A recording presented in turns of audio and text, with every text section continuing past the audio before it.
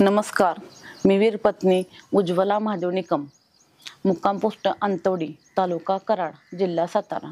आमचं कुटुंब मोठं आहे। वडील धरून मला 5 चुलते, म्हणजे टोटल सगळे झाले 6 जण।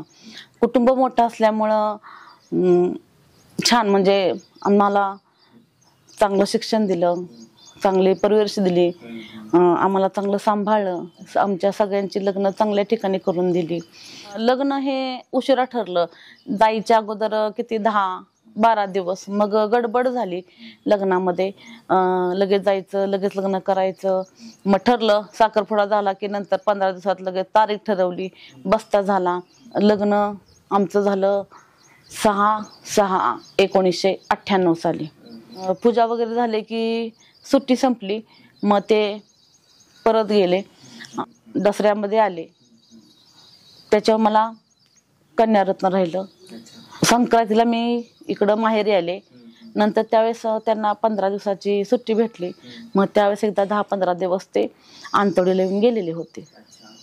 गरीब कुटुंबातून ते त्यांच्या आईचं, वडिलांचं, बहिणीचं त्यांनी कष्ट बघितलेलं होतं।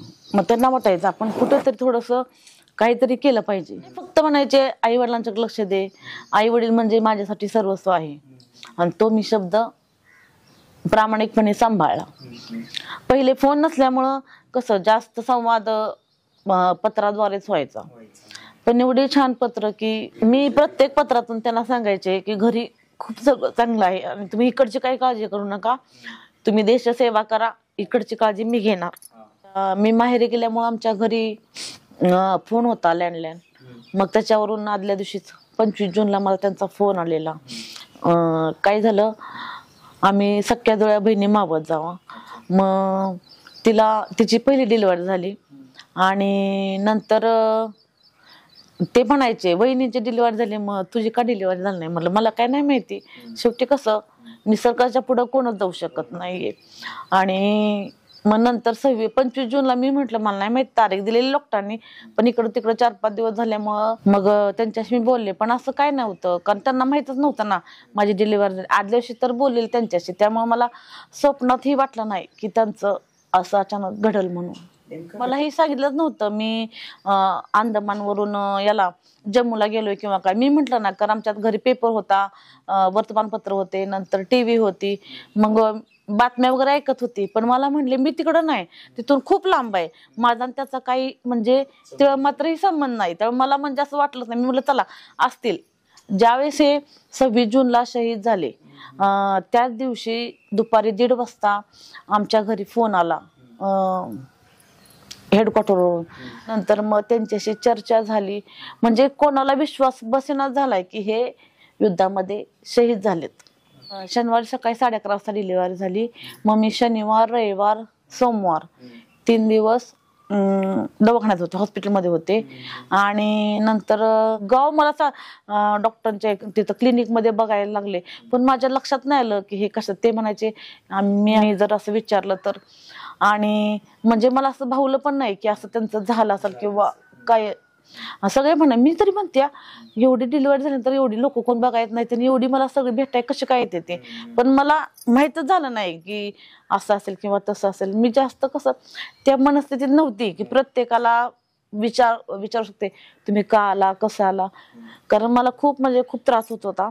तेव्हा मला काय सुचत नव्हतं नक्की मी काय करावं काय, तरी पण म्हणायचं चला बरं आहेस का तू, बाळ बरं आहे का? मी म्हणायचे आहे ठीक।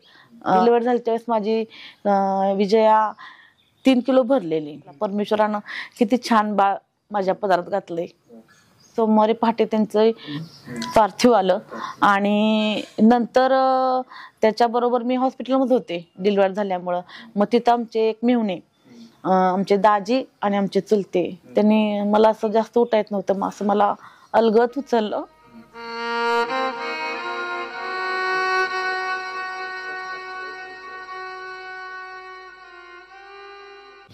त्यांची गाडी पुढं, आमची गाडी पाठीमागं। मग आम्ही रहमतवरून अंतवडीला गेलो। चुलते मला म्हणले, आमचे दाजी म्हणले अगं निशा तुला घरी बोलवले अंतवडीला। म्हणलं का दीपक भाऊ हे लोक कशाला आले? तर म्हणले असेल काहीतरी। आणि पहाटेच असल्यामुळे लक्षात नाही आलं ते नक्की काय कसं काय आहे. भरपूर लोक होती की सगळं पूर्ण आमच्या गावात उभं राहायला जागा नव्हती, एवढं म्हणजे हे झालेलं होतं. आणि त्यांची गाडी आलेली, बॉक्स खोलताना त्या सरांनी माझी सही घेतली दिसले.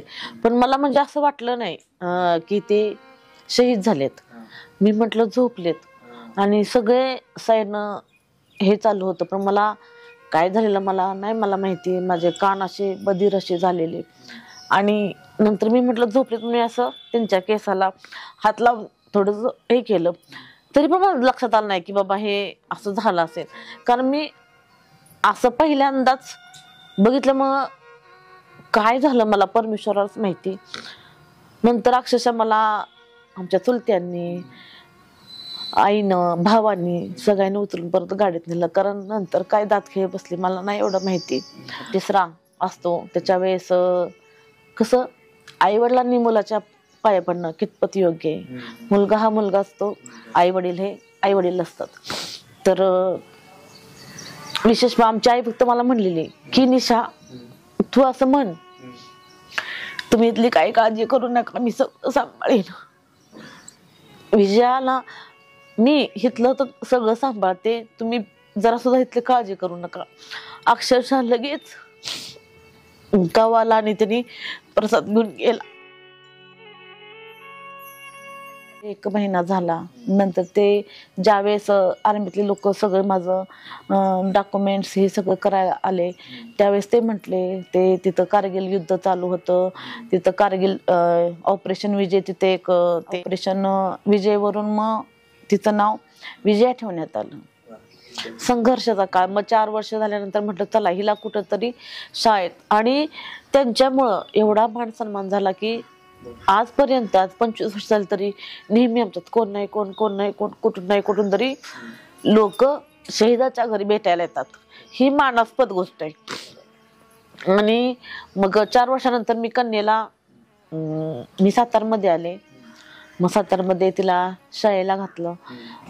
नर्सरी ते 10वी तिचं शिक्षण शानबागला झालं. 11वी 12वी कन्या कॉलेजला झालं. FY SY TY शिवाजी कॉलेजला झालं.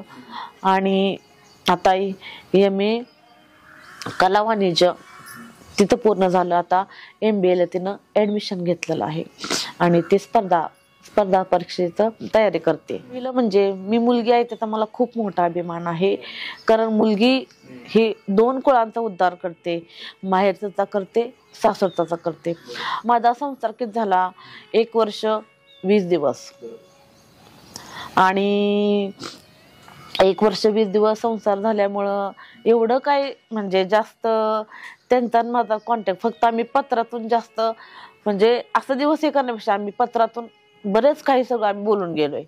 आणि ते मनाला स्पर्श होऊन म्हणजे छान वाटतं की बाबा चला म्हणजे. आणि एवढं प्रेम दिलंय की त्याचा मी विचारच करू शकत. आयुष्यभर पुरेल एवढं मला त्यांनी प्रेम दिलंय आणि मान सन्मान दिलाय. तोपर्यंत सूर्य चंद्र तारे तोपर्यंत ते अमर आहेतच, पण त्यांच्यामुळं मला वीरपत्नी सन्मान मिळतोय. आणि आता परमेश्वर कृपेने 24 वर्षानंतर आमचे हे शहीद झाल्यानंतर 24 वर्षानंतर JR आला की सगळ्या वीरपत्नींनी सगळ्यांनी हळदी कुंकवाचा कार्यक्रम करायचा. पहिला कार्यक्रम ओझरड्याची रेश्मा तांगडे हिनं घेतला. खूप छान वाटलं, खूप म्हणजे खूप. पहिल्यांदा आपल्याला कोणीतरी हळदी कुंकू लावते, आपली ओटी भरते, जबरदस्त. मी काहीतरी पुण्य केलं असेल. मी पहिल्यांदा हे शहीद झाल्यानंतर 1-2 महिन्यांनी माझं गळ्यातलं काढलं, पायातलं काढलं, ते बांगड्या काढल्या, सगळं काढलं मी जराशी थोडीशी नॉर्मल झाल्यानंतर. पण नंतर मग मी पहिल्यापासून घरी पण टिकली लावत होते. आमचं गाव लहान आहे तरी पण म्हणजे मला जे वाटायचं ते मी टिकली लावत होते. माझ्यासारखी नशिबान मीच 2 तप म्हणजे 24 वर्ष झाली. 12 तपाचं 1 वर्ष. रामाला वनवास चुकला नाही. आपण तर शुल्लक माणूस आहोत. 2 बाजू आहेत हे बरोबर आहे, छापा आणि काटा. तसं माझं आयुष्य झालं. एकीकडं आनंद मानायचा कन्यारत्न झाले म्हणून, का दुसरीकडं हे शहीद झाले. दोन्हीची सांगड घालताना खूप मला वेळ गेला. पण असं वाटायचं नाही, जन्म आहे म्हणल्यावर मृत्यू वाटळ आहे. मान आणि सन्मान छान भेटला. आत्या मामांना जेवढं मला करता आलं तेवढं करत आहे. आणि विशेष म्हणजे त्यावेळी माझं वय 20-21 होतं. त्यावेळेस मला आत्या मामांनी छान सहकार्य, आमची सासूबाई तर अक्षरशः 4 वर्ष त्यांनी कुंकू लावलं नाही, कुठले सण केले नाहीत, जोडवी घातले नाहीत, का तर माझी एवढी तन्नी सून आहे.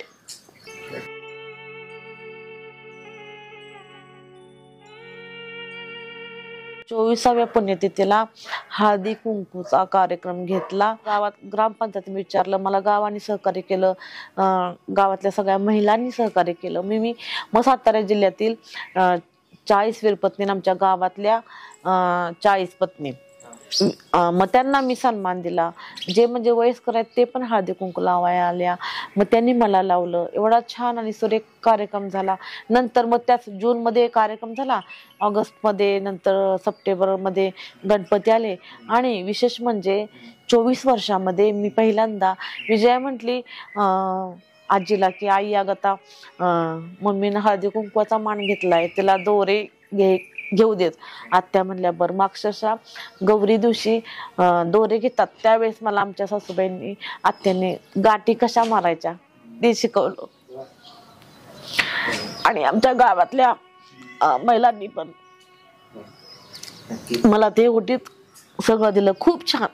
मग मी म्हटलं माझ्या गावात कार्यक्रम झाल्याशिवाय मी माझ्या गळ्यात घालणार नाही म्हणे मंगळसूत्र. मग सगळे म्हणायचे 2 वाट्या केल्या 2. मी म्हटलं एक त्यांची एक माझी. काय लागलं की पप्पा कुठं आहेत, काय कुठं आहे, मी म्हणायचे हे बघ बाळा, हे शहीद झालेत, मी तुला ते देशासाठी शहीद झालेत, आपल्यासाठी नाही, आपल्यासाठी ते आहेत. मी तुला आई म्हणून प्रेम देणार, वडील म्हणून प्रेम देणार, भाऊ म्हणून देणार, बहीण म्हणून देणार, एक मित्र म्हणून देणार, एक मैत्रीण म्हणून देणार. आणि आमचे सगळे पाहुणे रवळे खूप चांगले आहेत. आणि विशेष म्हणजे कन्येला पण आर्मीमध्येच जायची खूप इच्छा आहे. ती खूप प्रयत्न करते. परमेश्वर करून तिला तिची जी इच्छा आहे ती पूर्ण करो, एवढीच माझी परमेश्वर चरणी प्रार्थना आहे. माझ्या प्रेमाचं प्रतीक म्हणून परमेश्वरानं मला फुल नाही फुलाची पाकळी दिलेली होती. त्यातच मला अभिमान होता. किती वीर पत्नी आहेत 65 पासूनच्या आतापर्यंत की ज्या आमच्या भगिनींना काहीच परमेश्वरानं दिलं नाहीये. त्याच्यापेक्षा मी खूप सर्वश्रेष्ठ मला मानते की मला परमेश्वरानं माझ्या पदरात काही नाही काहीतरी फुल नाही फुलाची पाकळी टाकली.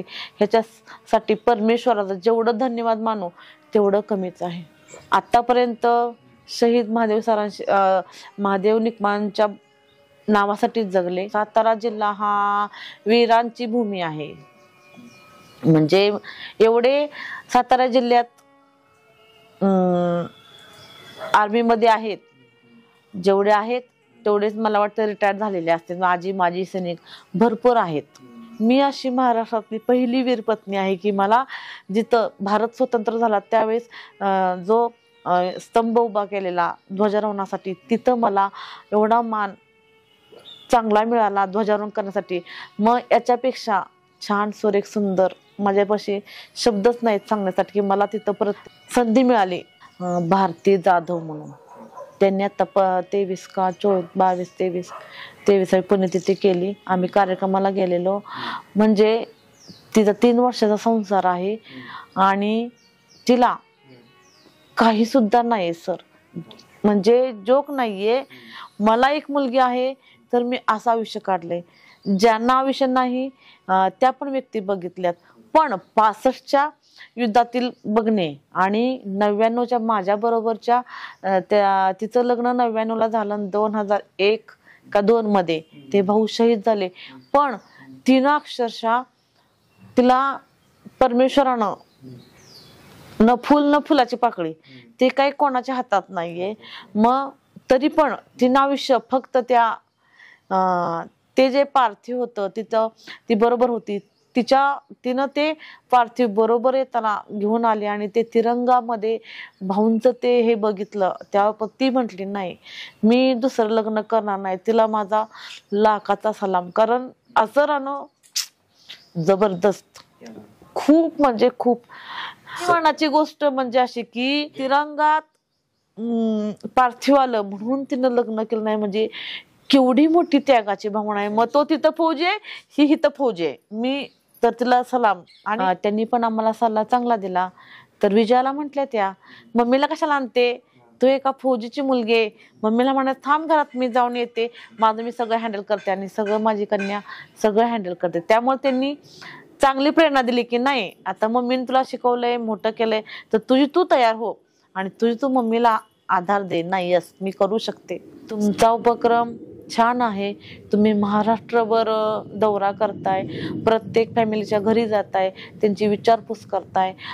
तुम्ही जे उपक्रम जो राबवलाय छान, सुरेख, सुंदर, अप्रतिमच आहे. नमस्ते, जय हिंद.